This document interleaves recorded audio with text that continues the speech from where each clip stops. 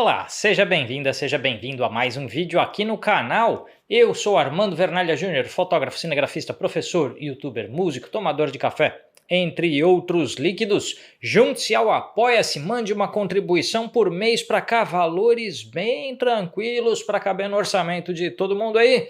Manda um café expresso por mês para cá, junte-se ao Apoia-se e ajude a financiar vídeos como este aqui, o review da Canon EOS R7. Que é um vídeo patrocinado aí por vocês que são apoiadores e membros deste canal. Além do Apoia-se tem o Seja Membro. E também sabe o que você pode fazer? Comprar os meus cursos. Inclusive, eu tenho o curso de focalização com Canon EOS R7. Já que estamos falando dela, eu review da R7. Eu tenho um curso que ajuda a desvendar todos aqueles longos menus de programação do autofoco dessa câmera. Porque toda ferramenta, quanto mais sofisticada é, mas ela acaba exigindo habilidades e conhecimentos de quem opera a ferramenta.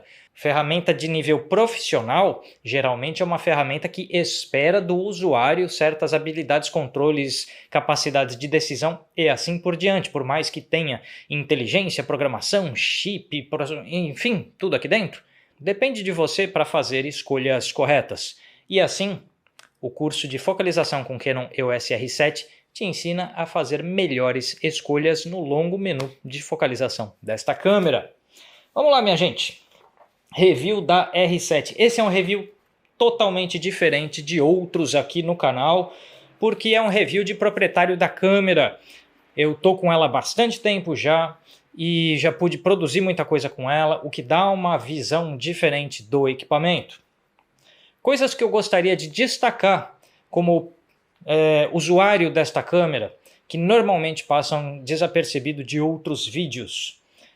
Característica primeira que eu acho excelente da Canon EOS R7. Lembrando, se você não é inscrito ou inscrita neste canal, inscreva-se aí e ative as notificações para não perder nada. Você gosta de fotografia? Eu gosto de fotografia, a gente fala de fotografia, então é simples e lógico que você se inscreva por aqui. Característica 1 fundamental para se ressaltar da Canon EOS R7, a ergonomia dela. Aqui ela está montada com a lente 18-150, que é o kit que eu adquiri. Eu tenho outras lentes para usar com ela também, mas a lente frequente nela, para mim, é a 18-150, porque ela é versátil e resolve um monte de problemas. Mas em trabalhos, eu uso a 24-105 da série L, que a gente está usando para gravar, entre outras lentes que eu tenho aqui. Não vamos falar muito de lente, o importante é falar da câmera. Então até vou tirar a lente aqui. Tem gente que tem aflição, né, se eu deixo assim. E aí eu tô sem a tampinha. Então vou ficar por pouco tempo com ela assim e vou pôr a lente para ninguém ficar com aflição. Mas característica número 1 que eu gostaria de destacar da Canon EOS R7. Ergonomia e usabilidade. O que eu quero dizer com isso? Eu tenho mãos pequenas, então muito do que eu vou falar apela para todo mundo que, como eu, tem uma mão que não é gigante. Mas para você que tem mãos grandes, provavelmente tudo que eu vou falar não vai ser qualquer impeditivo ou problema. Então vamos lá. Vocês estão vendo a câmera na minha mão. No alcance do meu dedo mínimo aqui, do mindinho, está essa chave seletora de autofoco. Tá? Então a gente pode mudar aqui de autofoco para foco manual. E esse botão aqui no meio dessa chave pode ser customizado com variadas funções. Eu ensino isso no meu curso lá sobre a R7. Isso aqui faz com que, sem eu ter que tirar a mão de nada e no acesso assim de um dedo, eu tenha algumas funções importantes da câmera. Mudando para a parte de cima aqui, no alcance do meu indicador, eu tenho o botão de disparo da câmera, o seletor de tempo de exposição, o botão para ISO e o botão para gravação de vídeos. Tudo num alcance em que eu não tenho que fazer uma manobra esquisita, entortar meu dedo, nem nada. Além do lock aqui, que é o botão de trava para que esses comandos parem de responder, para que você não esbarre à toa, e o seletor de funções dela, aí, com manual, prioridade de abertura, de tempo e tudo mais. Então o alcance dessas funções aqui é muito bom. Passando para a parte de trás e as coisas que a gente faz com o nosso polegar. Deixa eu colocar a lente aqui. Passando aqui para a parte de trás, coisas que fazemos com o nosso polegar. Primeiro, o liga, desliga e vídeo da câmera, que está aqui como acesso ao polegar. Você liga, você passa para o modo de vídeo, você liga ela em modo fotográfico, pode passar para o modo de vídeo e desliga. Essa chave está numa posição muito boa. O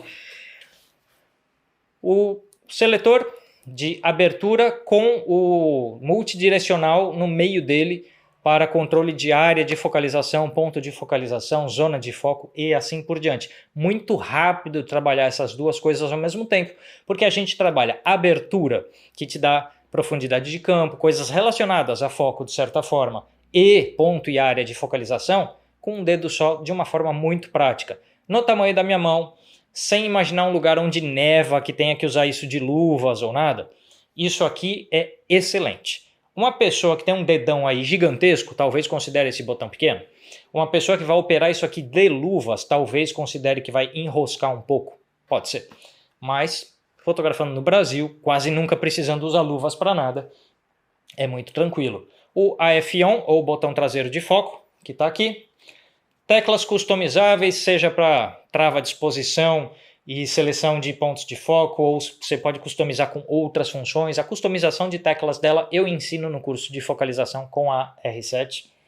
Então o que acontece é que, se eu ponho a minha mão aqui para segurar a câmera, a almofadinha da minha mão aqui não aperta os botões da câmera e está tudo no alcance do dedão. Então o que acontece é que eu posso dizer que a ergonomia dessa câmera é perfeita, ou quase perfeita, porque não tem nada nela que tenha chamado a minha atenção negativamente durante o uso. Algo que em termos de usabilidade me atrapalhou, criou uma demora ou qualquer coisa assim. Não, usabilidade e ergonomia, na minha opinião, perfeitas. Esse é o primeiro destaque que eu quero dar sobre essa câmera. Próximo destaque que eu quero dar sobre essa câmera. O pacote de recursos dela em termos de foto e vídeo. Porque tem câmeras que são mais balanceadas para fotografia, tem câmeras que são mais balanceadas para vídeo. Eu que executo as duas coisas, achei especialmente bom o grau de hibridismo dessa câmera. Então eu consigo trabalhá-la como uma câmera de vídeo com muita qualidade, muita capacidade, muitos recursos. O modo 4K Fine dela tem uma qualidade absurdamente boa. O 4K Fine, junto com o fato que ela está gravando em 10 bits internamente, com o Canon Log 3, você tem arquivos espetaculares para tratamento de imagem, para pós-produção, para edição e tudo mais. Então você tem uma altíssima qualidade no 4K dela, porque é um 4K reduzido do 6K do sensor. Então você está comprimindo a informação de 6K para 4 para gravação, o que aumenta a qualidade desse arquivo, reduz ruído de imagem, aumenta a nitidez e assim por diante. Então você tem o 4K Fine em vídeo, excelente. E o Full HD dela, também excelente. Então os modos de vídeo dela, o 4K Lite, o 4K mais simples, é bom.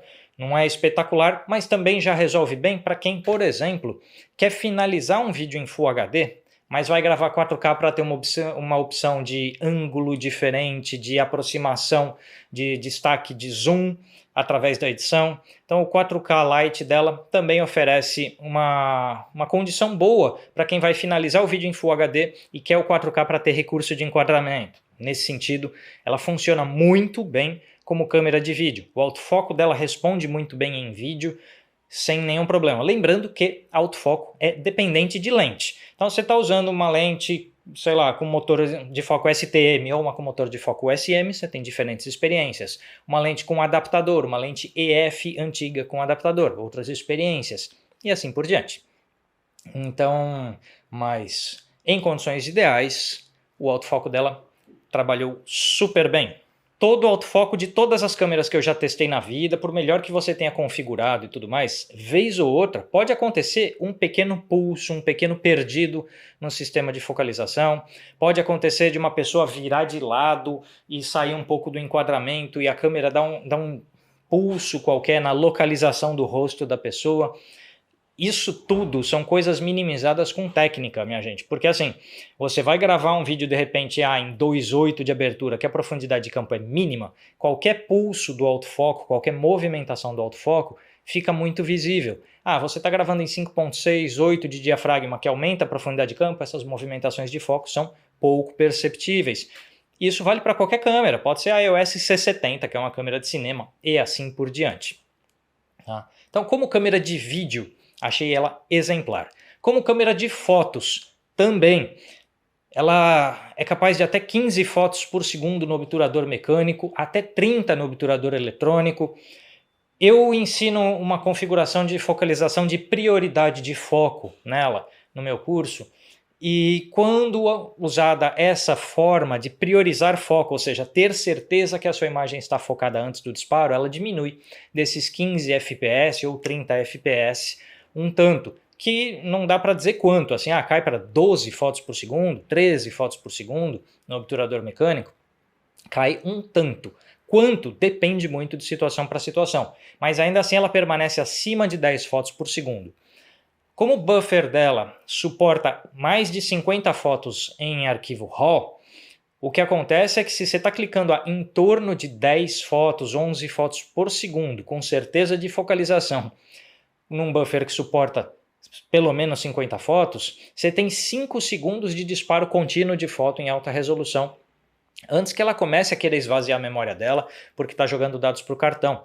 Você consegue ações relativamente longas. Então, você fotografa eventos, você fotografa shows, você fotografa esportes, vida selvagem. Então você tem metralhadas relativamente longas com ela, o que é um destaque positivo. Para quem quer saber exclusivamente de qualidade de imagem em termos de ISO, e também para quem quer saber detalhadamente se por ser um sensor de 32,5 megapixels, se ele sofre mais do que outras câmeras com problemas de difração, coisas que andaram falando por aí. Então, se você quer detalhamento sobre esses dois aspectos, as hipóteses de difração nesse sensor e as faixas de ISO otimizadas para a fotografia dela, eu tenho um vídeo onde eu comparei os arquivos dela com o da EOS R, que é uma full frame de 30 megapixels contra uma APS-C de 32.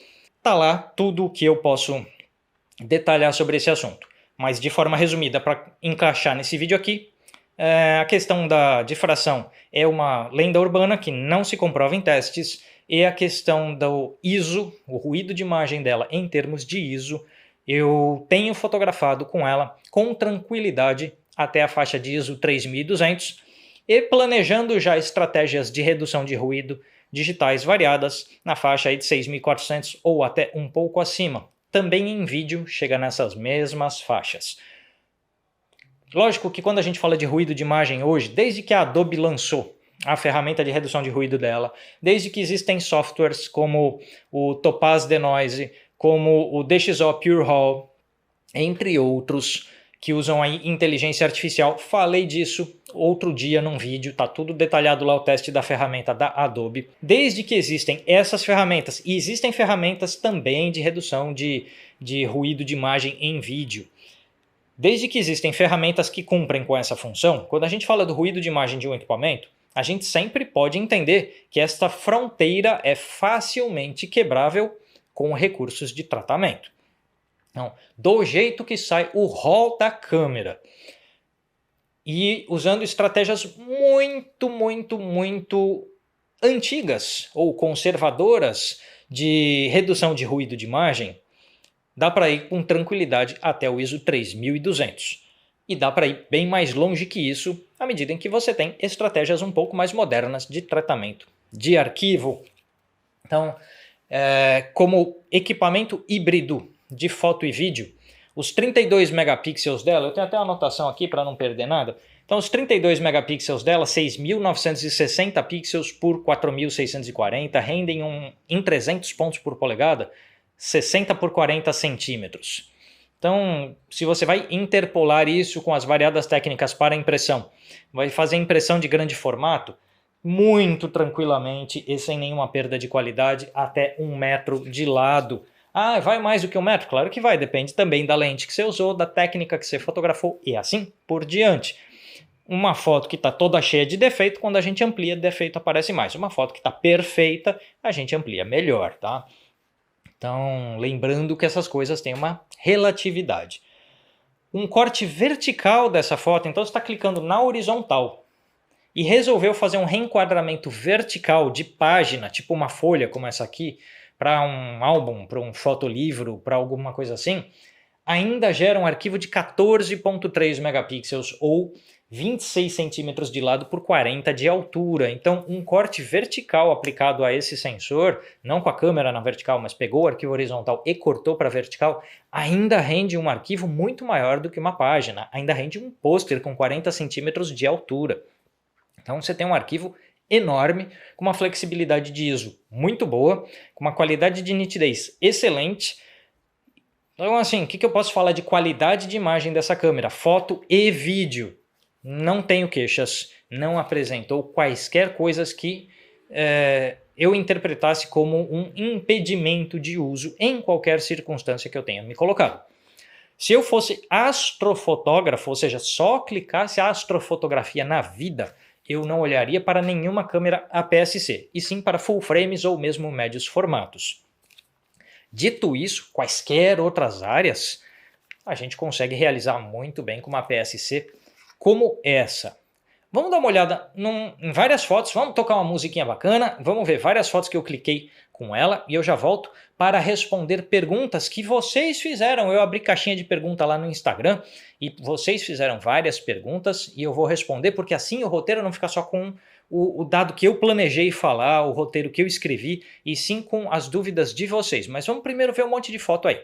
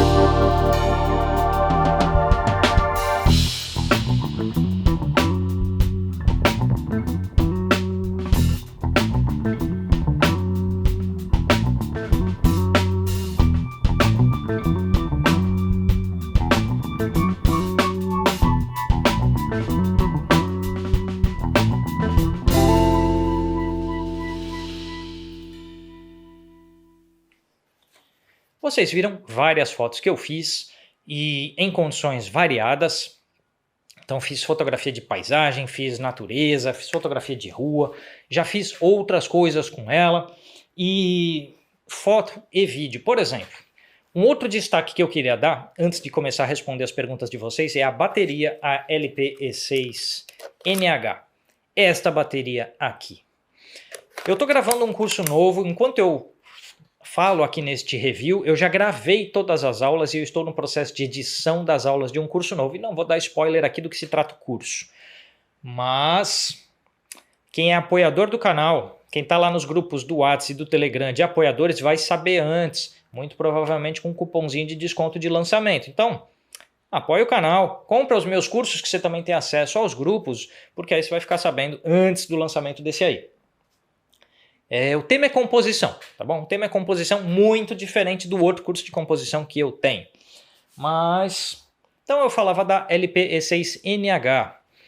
O primeiro dia de gravações desse novo curso online, gravando com a câmera assim como está aqui agora, tá? No tripé, olhando para mim, com o autofoco funcionando e eu gravando. Eu resolvi sair gravando e eu gravei as primeiras 9 aulas do curso, de um total de 12.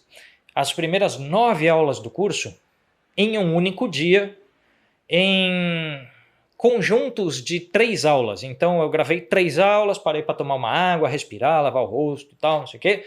Gravei mais 3, gravei mais 3. Cada bloco desses dava mais ou menos 1h30 de material bruto. Então eu fiquei por 4h30 de material bruto gravando e a bateria ainda estava com 50% da carga. Isso significa que numa produção de vídeo que você não vá colocar a câmera na energia, porque tem inúmeros aspectos favoráveis ou contrários a gente plugar as nossas câmeras na energia elétrica e depender da variação da eletricidade para estar trabalhando. Eu prefiro trabalhar com câmera não plugada e com baterias, e aí as baterias precisam ter uma vida de carga útil boa. E aí eu tive 4h30 direto gravando em Full HD, sem nenhum problema. E a câmera também nem passou perto de esquentar, nem nada. Falando em aquecimento em vídeo, com cartão abaixo do ideal, cartão de memória abaixo do ideal, um cartão V30 e não um cartão V90, então é um HS1 V30, eu tive uma experiência de aquecimento no 4K Fine, lá com 50 e poucos minutos de gravação, num dos testes que eu fiz. Tá? É bem longo em 4K Fine para chegar nesse aquecimento depois de tanto tempo. E eu estava com um cartão não ideal. Com o cartão UHS-2 V90, não tive nenhuma experiência, fosse quão longo fosse o take que eu tentei fazer. Não fiz nenhum mais longo de 1h30, mas não tive nenhum alerta de aquecimento até essa faixa de 1h30. Então não tive aquecimento nenhum em nenhum momento, mesmo com cartões abaixo do ideal em Full HD. E tive só no 4K Fine, com um cartão abaixo da especificação recomendada, que não é o certo a se fazer, um aquecimento lá pelos 50 minutos. Poxa, quanta informação já foi nesse review, agora deixa eu responder umas perguntas de vocês, tentando que esse vídeo não fique com 1 hora de duração. O Ian G. Dias que perguntou: é uma boa câmera para fotografar shows? Sim, com toda a certeza do mundo, eu fotografaria qualquer show com ela muito tranquilamente. Eu não sei se a tua experiência é de shows de rock, a minha é de show de rock, heavy metal, esse tipo de coisa. Às vezes um show de rock fica um tanto físico, né? Às vezes você vai ter movimentos e vai tomar trancos e assim por diante. Então o equipamento ser completamente selado e muito robusto como esse aqui ajuda. E ela é muito veloz, um tamanho bom para a gente segurar e tal. Então, qualquer show eu fotografaria muito tranquilo com ela. Fica aí até o fim do vídeo, porque no fim do vídeo eu vou falar de uns probleminhas e que não são da câmera, tá bom? São problemas anexos a ela. Por conta dos 32 megapixels, lentes que não sejam L deixam a desejar na R7? Algumas lentes sim, mas seria extremamente longo, eu nem testei tantas lentes assim para afirmar. O que eu posso dizer é que das lentes que são lentes full frame, que não são da série L, como a 16mm 2.8, a 24 1.8, a 35 1.8, a 85 f2, essas 4 lentes eu testei na R7 com um desempenho excelente. Então, sem nenhuma observação sobre essas lentes. A 18-150 do kit que eu tenho também foi super bem, me surpreendeu positivamente essa 18-150. E lentes da série L que eu tenho foram muito bem. Onde eu acho que a coisa talvez pegue, usar aquelas lentes como a EFS 24mm 2.8 com adaptador nela, que já não é a lente mais nítida do universo. Aquela EF 40mm 2.8, as lentes pancake, elas não são as mais nítidas do universo. Então a lente que já não era exatamente brilhante, eram muito boas, mas não brilhantes antes. Elas vão ficar um pouco menos brilhantes agora, tá? Mas de forma geral, não tive problemas. Não fiz teste com as lentes não L zoom. Fiz com a 100-400 f8, que foi muito bem também. Não fiz com a 24-105 lá de abertura 7.1, não fiz com essas outras lentes de kit, vamos chamar assim, que a Canon tem, para poder opinar. Eu acredito que não vão dar tão certo com a R7, tá bom? Ou uma lente, mesmo série L mais antiga, pega a 24-105 f4L primeira geração, porque a segunda geração é muito mais nítida, a terceira, que é a RF que eu estou usando agora, super nítida, mas a de primeira geração não aguenta tanto a resolução desse sensor. A EF 1740 da série L que eu tinha, um dos motivos de eu ter vendido é que ela ficou um pouco curta em suas qualidades para o sensor da R7. Então existem lentes da série L, mas que são muito antigas, que são projetadas para sensores com resoluções bem menor, que não mostram assim tanto poder de fogo quando usadas na R7. E quem perguntou isso foi o Gustavo Umeno. O Rodolfo pergunta: o grau de resistência à água e à poeira tem o mesmo nível de uma R3, por exemplo? Não, tem o mesmo nível da R5, da R6, da R6 Mark II. Na verdade, da R5, porque a R6 e a R6 Mark II parece que é um pouquinho abaixo da R5. Então a R7 e a R5 e a R5C estão no mesmo patamar, que é o mesmo patamar de 5D Mark IV, por exemplo, e de algumas outras câmeras por aí. Então, acima da série 6, nesse sentido, desde DSLR até mirrorless, abaixo da série 3. É aí onde se encontra o grau de resistência dela. Messias, grande Messias. Messias, longo apoiador aqui do canal, aluno de longa data, gente finíssima. Grande abraço, Messias. Perguntou se a R7 é mais para foto ou para vídeo. Creio que eu tenha respondido isso mais cedo neste vídeo. Eu acho ela a híbrida perfeita, ou seja, faz igualmente bem as duas coisas. Existe alguma diferença de qualidade de imagem entre captura eletrônica ou mecânica? E quem está perguntando é o Diogo Rossi, é isso? Diogo, vamos lá. O que eu vou falar serve para todas as mirrorless que não são necessariamente shutterless. Então vamos pensar assim, shutterless, câmeras sem nenhum obturador mecânico, como a Nikon Z9, a novíssima Nikon Z8. As câmeras, tirando essas que são otimizadas para serem câmeras sem um obturador mecânico, todas as outras que existem que possuam obturador mecânico estão otimizadas para o obturador mecânico. Então o que acontece é assim, como é que funciona? Disparou a foto, se você está no obturador mecânico, uma cortina vai fechar, os dados do sensor serão esvaziados, a próxima cortina vai abrir e receber dados zerados para a foto. O obturador eletrônico funciona como? Dados estão correndo no sensor, nenhuma cortina vai entrar na frente e esses dados que estão correndo no sensor serão recolhidos para a gravação da foto. Então não há a interrupção do obturador mecânico. Por outro lado, o fato de zerar os dados e pegar os dados específicos daquele momento de tempo, nas câmeras que têm obturador mecânico ou eletrônico, isso gera menos problema do chamado rolling shutter, que é aquela inclinação de linhas retas que se tornam diagonais com um movimento de câmera, e você tem menor propensão ao chamado bending das luzes, que é a formação de faixas claras e escuras com luzes LED conforme a frequência. Isso vale para foto, mas acontece também em vídeo. Então uma câmera com... aí foto a gente está falando de obturador mecânico. Câmeras com obturador mecânico minimizam esses dois fenômenos e também possibilitam um melhor uso do flash, incluindo recursos de flash como o HSS, com menor dor de cabeça para o fotógrafo. Já o obturador eletrônico muitas vezes é incompatível com flash ou dá algum probleminha, dá uma maior propensão a bending das luzes e a rolling shutter. Então as câmeras que têm as duas hipóteses tendem a uma melhor qualidade geral no obturador mecânico. Há quem tenha observado maior ruído de imagem no obturador eletrônico. Eu nunca flagrei isso nos meus testes. Há quem tenha dito na internet, não sei dizer, eu nunca flagrei essa diferença nos meus testes. Tom Amorim pergunta, vale investir nela por ter IBIS e Dual Card, mesmo APS-C, ou parte para R8 que não tem esses, mas é full frame? Depende das suas necessidades. Como eu falei mais cedo no vídeo, se você é astrofotógrafo, ou seja, tudo que você faz é astrofotografia, então você depende lá de ISO 12.000, 25.000 e assim por diante, full frame vai ser melhor para você.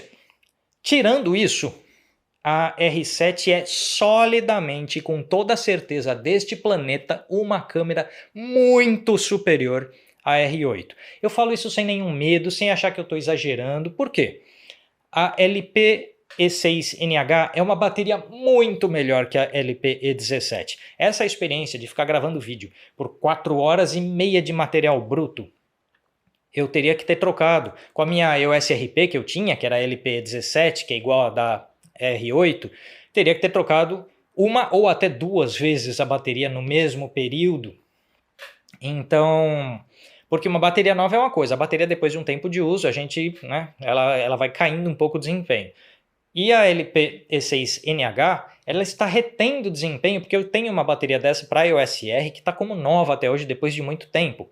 Então o que acontece é que a primeira diferença é a bateria. A segunda é vedação contra poeira e umidade. Se você vai precisar disso, faz diferença. Se não, não. Só fotografia em estúdio, tudo bem, não precisa. Vai para a natureza, vai para shows, eventos. Pô, vedação contra poeira e umidade é super útil toda vez que a gente não tem controle do ambiente. Evento social, você nunca sabe quando algum convidado bêbado da festa vai derrubar bebida em você, sabe? Essas coisas. Praia, maresia, poeira, tanta coisa que tem. Fotografia de rua, tem muita fumaça, muita poeira, muita oleosidade no ar. Então a vedação contra poeira e umidade é super útil. Os 2 slots de cartão eu chamaria de o recurso menos útil dos recursos úteis, mas permite a você ter um backup simultâneo daquilo que você está clicando e isso é útil. Mas a vedação contra poeira e umidade e a bateria são coisas que eu destaco mais do que o IBIS. O IBIS é bacana também, o IBIS é útil e funciona bem. Na minha experiência eu não tive problemas com o IBIS da R7. Com lentes super grande angulares e movimentos rápidos de câmera, tem gente que relata um problema nas bordas de quadro lá, chamado wobbling, né, que é uma certa distorção nas bordas de quadro. Mas se você não está fazendo movimentos mais rápidos e não está usando super grande angular, isso também não vai te afetar. Então o IBIS dela de forma geral funciona bem. Então, pelo conjunto de obra, então se a gente falar IBIS, bateria, duplo cartão, vedação contra poeira e umidade e primeira cortina mecânica de obturador, que a R8 não tem, ela é primeira cortina eletrônica assim como a RP. A R8 é a RP Mark II. Ótima câmera? Claro que é, mas se for uma atuação profissional que demanda certos recursos, a R7 é uma câmera melhor. Por isso que é acima na linha, por isso que a R8 é abaixo da R7 na linha.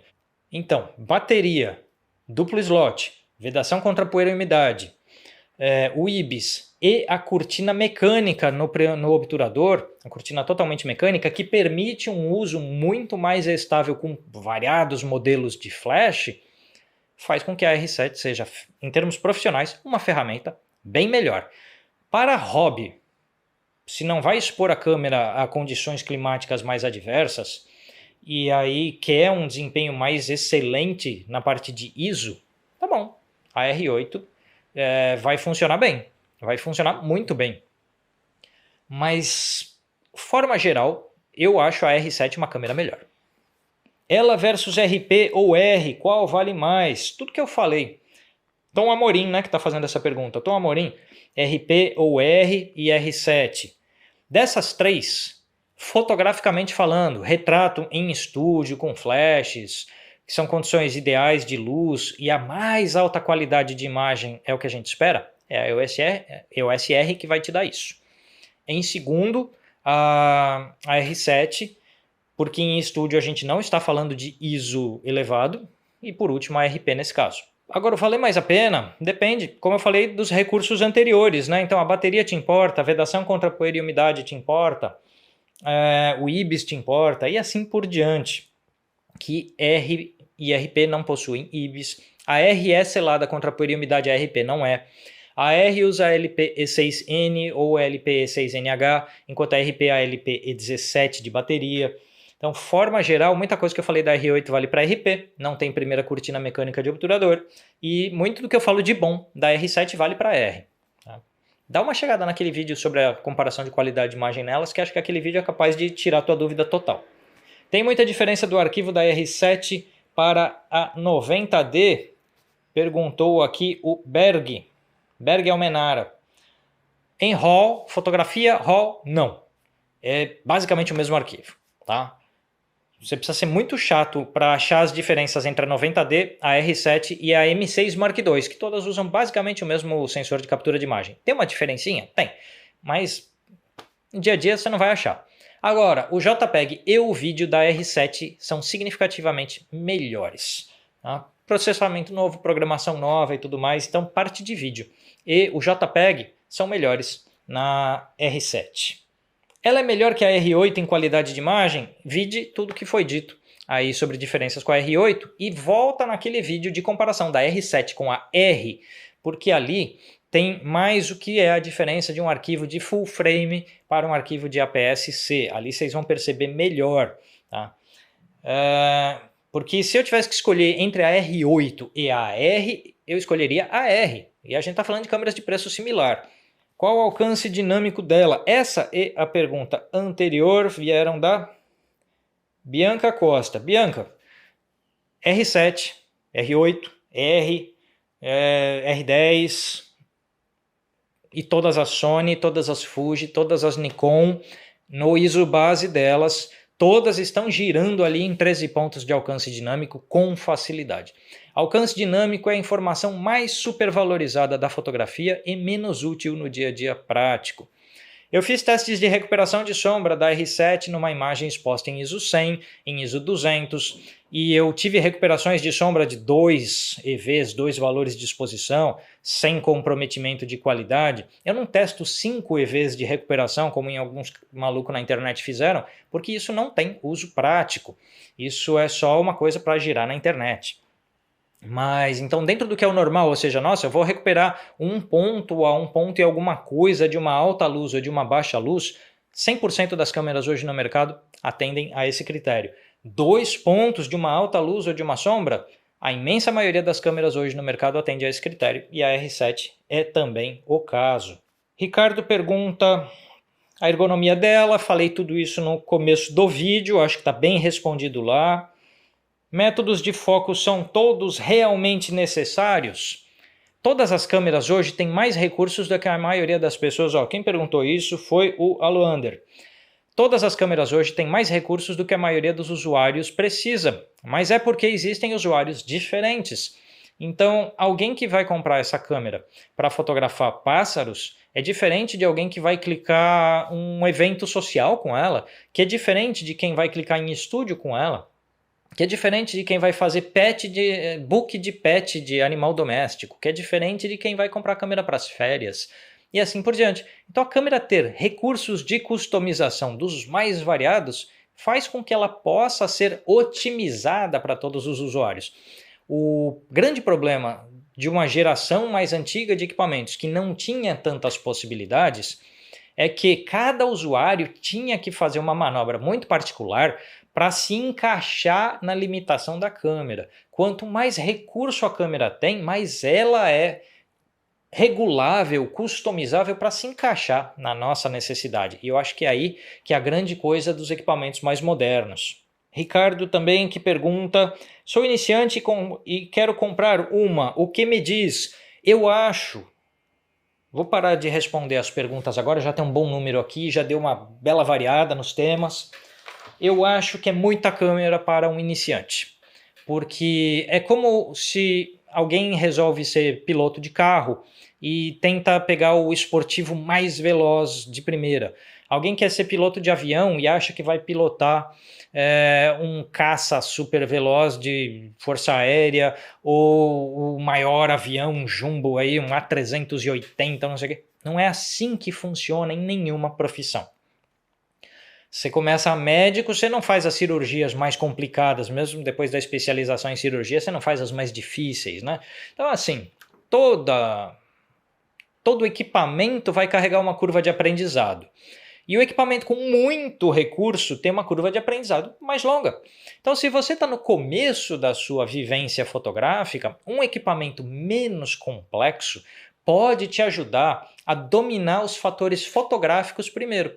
Porque o que acontece é assim, fotografia já tem abertura, tempo de exposição, ISO, balanço de branco, todos os comprimentos e distâncias focais das lentes, o uso de iluminação das mais variadas, LED, fluorescente, flash, a composição em fotografia que tem milhares de coisas para aprender. Então a fotografia já é um universo bastante complexo.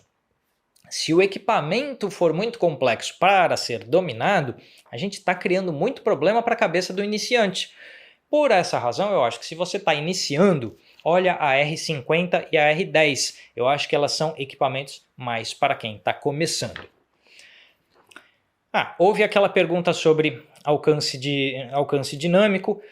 Vale dizer que eu não faria grandes recuperações de sombras em imagens acima de ISO 800 nela. Mas se a gente está em ISO base ou perto do ISO base, muito tranquilo. Então, nos ISOs mais elevados, uma full frame tem mais margem para isso, mas também não dá para ir muito longe nessa brincadeira. Tá? Aqueles que estão mais interessados em todas as especificações de vídeo, dá uma chegada no vídeo que o meu amigo Bruno Massal fez no canal da AV Makers. Eu vou deixar o link na descrição do vídeo. Ele fez um vídeo muito bacana detalhando a parte de vídeo da R7. Tem todos os detalhes lá. Eu não cobri todos os detalhes aqui, mas posso dizer para vocês que a minha experiência em vídeo com ela tem sido absolutamente excelente e satisfatória. Vamos para uma partezinha negativa que eu falei que eu ia comentar antes que eu me esqueça. A parte mais negativa da R7 hoje é a falta de lentes grande angulares nativas Canon para ela. Então, se você for fotógrafo de arquitetura, interiores, ambientes e assim por diante, ou gosta de fotografar paisagens ultra abertas, a gente fica um pouco limitado nas escolhas de lentes. Por quê? Na geração das DSLR, então estamos falando das lentes EF e EFS, você tinha lá a EFS 1022 3.5 a 4.5 SM, ótima lente que eu usei em um monte de trabalhos de arquitetura. Tinha a EFS 10 a 18 milímetros, muito bacaninha essa lente para várias atividades, eu tive uma também. Você tinha variadas lentes aí de Sigma, Tamron e Tokina, com uma excelente Tokina 11 a 16 mm 2.8, tudo com encaixe aí EF e EFS. Então você tinha lentes que chegavam a 10, 11, 12 mm retilineares, sem serem fisheyes. Uma 10 mm numa APS-C dá um campo de visão de uma 16 mm full frame. Então, para arquitetura e para grandes paisagens, são comprimentos importantes e que hoje, na linha RF, não existe nenhuma lente APS-C chegando nessas fronteiras. A gente tem 18-150, 18-45 e assim por diante, nas RFS. E nas RF Full Frame a gente tem 16 mm. Eu tenho até o vídeo da 16 mm 2.8 usada na R7, porque é uma alternativa que eu encontrei para expandir um pouco os horizontes para além do 18 da lente do kit. Você tem a 14 a 35 da série L, mas tirando e série L 14 a 35, eu acredito que quem tenha orçamento para 14 a 35 da série L, talvez não use ela numa R7, mas sim numa R6, numa R6 Mark II, porque R6 Mark II carrega as qualidades da R7, de focalização, de velocidade, de resistência e de tudo que a R7 tem de bom. A R6 Mark II tem também. Só que, sendo ela full frame, vai aproveitar aqueles 14 mm todos. Então a ausência de uma 10, 11, 12 milímetros é bem ruim para quem fotografa arquitetura. Eu tenho duas câmeras, eu tenho a R7 e a R. Isso facilita muito a minha vida em termos de grande angular. Mas para quem só tiver uma câmera e essa uma câmera for uma APS-C, a ausência de uma super grande angular em alguns tipos de trabalhos, ambientes e tudo mais é um problema comprometedor. E aí você acaba tendo que usar uma lente EFS com adaptador para contornar essa situação. Então, Canon, com toda a urgência deste mundo, produza uma 10 a 20, 11 a 22, 10 a 18, 10 a 22, qualquer coisa nessa faixa de comprimentos aí, E preferencialmente que não venha com essas aberturas doidas que algumas lentes daqui não estão vindo 6 pontos não sei quanto tal. Uma lente aí f4, tá? Faz favor.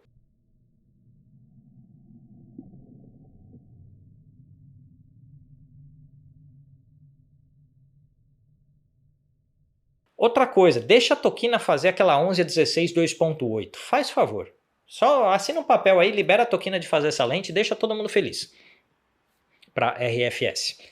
E outra lente que vai fazer muita falta, aquela EFS 17 a 55 2.8 IS USM, a lente favorita de fotógrafos de eventos e shows com câmeras APS-C. Então o que acontece, houve a pergunta lá mais no começo sobre fotografia de shows. O que acontece é que, geralmente, eu clicava shows com 7D, na época da 7D, com i70D e outras câmeras, com a 17-55-2.8. Usei muito essa lente, fiz muito evento, não só show. Show, evento social, evento corporativo, muito trabalho com essa lente. E não existe isso ainda RFS. Existe uma patente de uma 1650 ou 1660 2.8 que a Canon já registrou, mas isso aí foi registrado em 2022, se eu não me engano, e essa lente ainda não viu a luz do dia. Assim, quem for clicar eventos profissionalmente com a R7, fica um pouco comprometido porque você tem que investir numa lente série L full frame, como a 2470, 2405, para ter um desempenho mais ideal dentro de um cenário de eventos, que a 17-55-2.8 oferecia muito bem. Ou compra EFS, mas é uma lente muito antiga de projeto que não aguenta tanto a resolução do sensor da R7. Então assim, a Canon precisa urgentemente arranjar esses dois projetos óticos na linha RFS. Uma 10-20 ou similar a isso e uma 17-50 ou similar a isso de abertura 2.8. Quando a Canon remendar essas duas coisas, a R7 será uma das câmeras mais perfeitas do mercado para quase todo mundo. Hoje, pela ausência dessas duas lentes, a R7 acaba prejudicada, não sendo assim uma alternativa tão viável para todo mundo como ela poderia ser, porque a câmera é maravilhosa. Mas faltam duas lentes importantes para alguns públicos. Se isso não te afeta, tudo bem, que nem eu tenho a 18-150 aqui, e para férias, para um monte de... até para estúdio, porque aí a gente controla a iluminação, ela resolve legal. Mas num evento, eu acabo tendo a R7 mais como uma segunda câmera para a R, ou eu coloco uma 16-35 2.8 nela para cumprir com essa função de zoom normal de abertura 2.8. Porque eu tenho esse recurso, eu tenho essas lentes, mas eu não acho que isso seja a realidade de absolutamente todo mundo. Por essas razões, numa nota de 0 a 10 eu dou 10 para a R7, é uma tremenda de uma câmera. Mas faltam duas lentes importantes para, se você é a pessoa afetada por isso que eu acabei de falar, você sabe quem você é e sabe que essas duas lentes ainda estão faltando. Tá bom? Era isso, gente. Ficou compridão esse review, mas está super completo. Espero que vocês tenham gostado. Joga suas dúvidas aí nos comentários e a gente se vê no próximo vídeo. Até lá. Tchau, tchau.